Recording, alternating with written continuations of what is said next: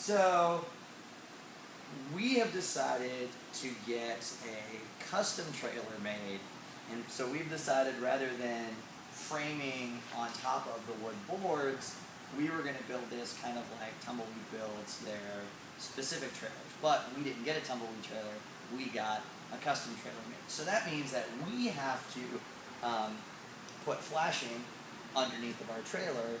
Now if you got a Tumbleweed trailer, this would already be on it, but since we didn't do it this way, we have to kind of create some new processes. So we thought we'd show you guys what we did, because it may save you some time and make it a little bit easier. So what we have got is, and this is just roof flashing. This is aluminum roof flashing. We got it at Lowe's.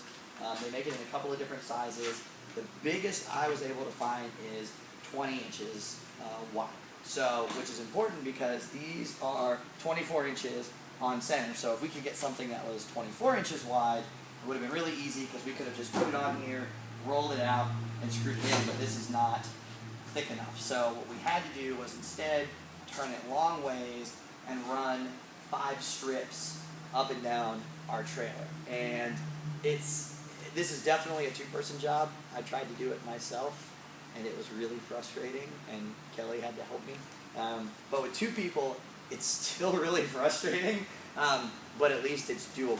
So some things we learned: it is definitely something you want to have. You need 2 people, and you need to have something to hold the flashing up along the length of the trailer. So what we finally figured out was easy is we either got some wood that we screwed in, that we would clamp in and left a little gap that it would hold the flashing up, or we got, actually you might be able to look, I think they're still under there, we actually got some oil boxes and turned them in such a way that they sat about a ½ an inch off of the bottom of the trailer, and put them strategically along the underside of the trailer, and that supported the flashing to allow us to get it into place.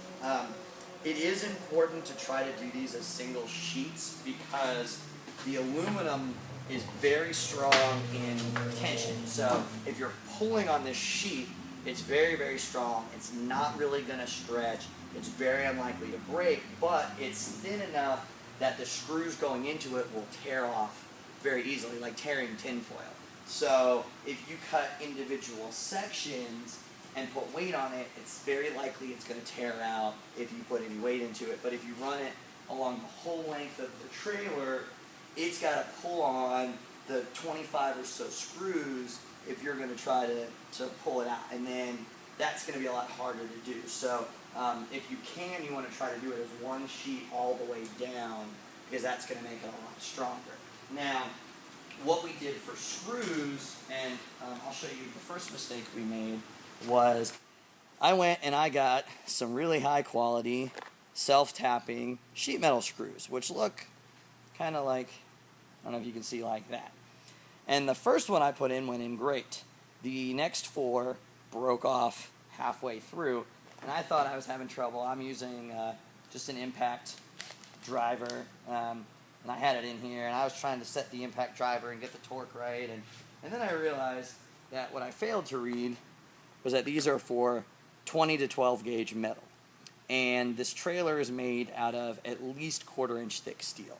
So if you look, 20 gauge metal is about 0.036 inches, 12 gauge is about 0.1 inches, and ours are almost 3 times that thick. So these didn't work. That's when I was able to find these, which are for 1/8 inch to 1/4 inch thick steel. And these are a much stronger screw, and I didn't have any problem with these. Once we got the right screws, this worked really well. So Kelly learned, or I learned actually, Kelly got to watch me learn, when you're underneath the trailer, screwing these in, you're just going to have it here. That's where I would have Kelly holding me. And actually, a technique I worked, I used Crocs personally, but honestly, any rubber-soled shoe worked pretty well. And what we did is I'll show you on the front of the trailer. And again, I know not a lot of people are going to do this, but if you do decide to do this, I figured we'd teach you from our mistakes. So what we did is we cut the flashing to approximately the right size, And then I got a floor jack, which is on the other side of the trailer, but I put a piece of wood under here and I jacked up on it with a floor jack and put pressure, and that held it in place, held it tight.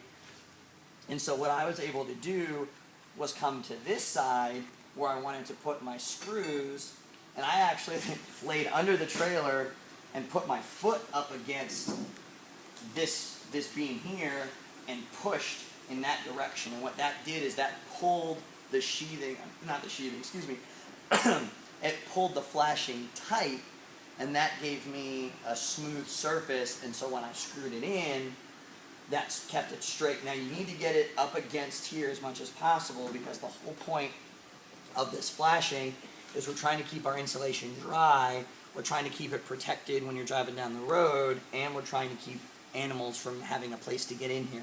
And so I just worked my way down. We put some screws in here, kept everything straight. That's where your helper comes from. You got to keep everything straight and pulled against the trailer, because if you get this slightly crooked, when you come back down, this stuff doesn't bend very well. So if you get it crooked, if you try to straighten it, it's going to buckle. And that's going to make it really, really, really difficult. So it's got to be very straight. It can't be buckling. And I just worked my way down, sticking my foot up on the next one and pulling it back while I screwed in, and then worked my way down again. And that technique actually worked pretty well for me. But I will tell you, I learned it worked well. We did 2 rows on this side. And then when I tried to do this side, I realized that the trailer was uphill. And so as I was screwing in, all of the metal shavings were coming off of this sheath, off of this flashing, running off the edge and dumping. So I would definitely recommend, if you're going to do it, try to do it in such a way that the metal shavings are going to get captured. You'll see some of it's going to fall. You definitely need to wear safety glasses, because you will, if you're underneath the trailer, you're going to have metal coming down on you. So that's basically how we did it. You just took your time. This took us probably, what, 2 days? 2-3 days, probably a total of 6 or 7 hours to get to where we are now. And you can see on the underside of the trailer. The important thing is you need to also get some overlap. So you don't want to butt these up edge to edge. You want to lay one over. Once you get one on, you can actually slide the next one over top of it, and that will help hold it up. And what we did, if you can come and see where these screws are, we actually, when we screwed them in, this piece actually comes to about here. And so I left about a 2-inch gap between the screw and this, and that gave me a surface to kind of work the flashing up under, and that helped. The tape we've got, because we want to keep these seams tight so we don't want critters to work their way up under the flashing. What we found is basically metal duct tape, and we got the waterproof stuff. This stuff's about twice the price, but we want to make sure that it's not going to fall down. And so you know, this stuff comes in about 30-foot strips, and it's just a metal tape. You peel that backing off, and it's pretty neat stuff. You can see what it does is it helps create a uniform surface. And so we went ahead and taped the top. We're going to go back and tape the underside, the entire underside of the trailer. And the underside has to be completely blocked off so that nothing can get in. And this also helps strengthen this, because now we've got a continuous plane all the way across. So now all of these 5 panels are taped together, both top and bottom. That's going to make it stronger as well when we lay our insulation in there. We talked about this edge right in here. You can see we still don't have this taped up, and so what we don't want is for a little critter to kind of fight their way in. You'd be surprised how small space rodents need. So we need to tape this edge, both top and bottom. So what we need to do is we need to clean the metal shavings off. So there's still a little bit of metal from drilling. So once we have a nice clean surface, we're going to take our tape, and I just lay it on here and make sure that I've got a good length. I like to leave just a little bit of the tape out like that. And then what this is going to let me do is get everything lined up. We actually need to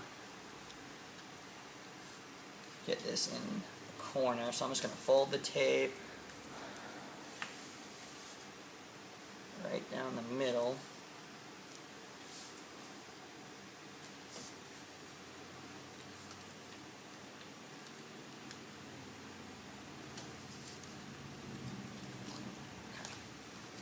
And so that's going to sit in right there.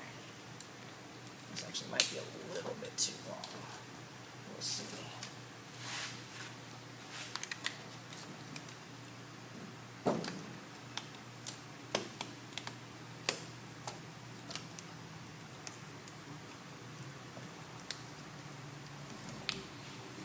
Now I can just...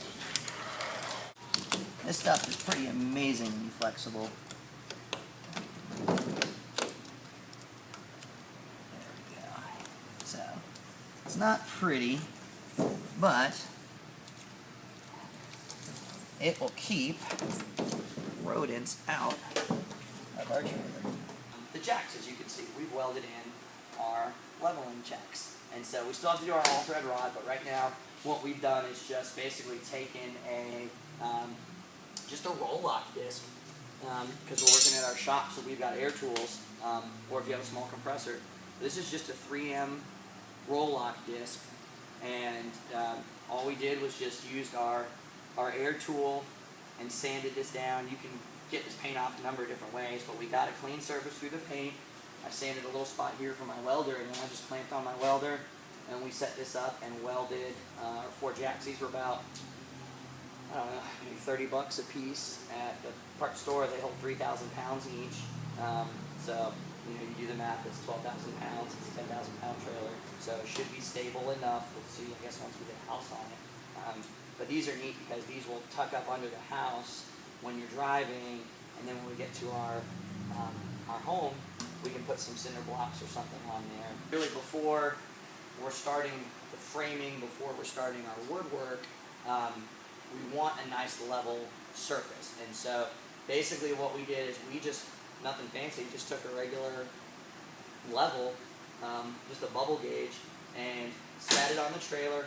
And what we did is we got the trailer leveled in this direction. So we set it on the trailer on each of these 4 points, got the trailer leveled, and then we set it on the front. And what happens is, even though the trailer is level in this direction, it was slightly off in this direction. So all we needed to do is, once we knew it was level in this direction, we just needed to make sure that we turned each of these jacks the same number of times. So if we wanted it to go higher, if we turned each jack twice, then it didn't mess up this measurement. All it did was raise the whole side of the trailer an even amount. And so it took us probably 10 minutes, I'd say 10, 15 minutes to level the trailer. It was a pretty easy process. And it's not going to be perfect, because the trailer, if it's slightly twisted or slightly off, it's not going to be exactly perfect. But we got it almost perfect on each side. So for example, if it bows a little bit in the middle or hangs down, you got to kind of play with it to get it pretty close. And as you frame it and as you put more things in it, that's going to stiffen it.